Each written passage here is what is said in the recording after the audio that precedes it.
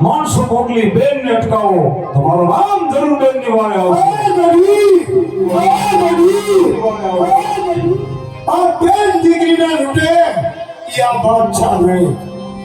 બાદશાહ બીજો કોઈ ઉપાય નથી અને હવે તમે પાપ કરવામાં બાકી શું રાખ્યું છે?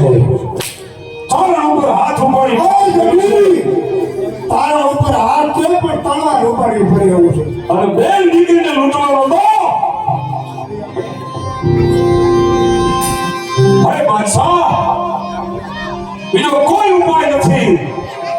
જો તમારા માણસો બોલાવી સગુણા બેન ને અટકાવો તો જ મારું નામ દર્શન દે. પાપના પંથે મૂકી અને તો બેન દીકરી લૂંટવાની વાત કરો. બાકી ભક્તિ તો તારા રામની કરો છે. હાજર કર તારા રામને. કોઈ છે પણ જોઈ લે કે કેવો તારો રામ છે. આ લૂંટવાનો તમારો બાપ દાદાનો જૂનો ધંધો હતો. એ તમારા માટે નવું નથી ગયું. અને માણસો જો ન હોય બે પાયે તો તમે બે લૂંટવા જાઓ. હા બીબા અચ્છા હા તેરા રામદેવી બેન હરિયાણામાં હરિયાવે આપણા દિલની અંદરથી જોઈતા બોલો અને રામદેવી બેનને લૂંટો. પાછા પણ જોઈ લે કે કેવો રામદેવ આવે છે.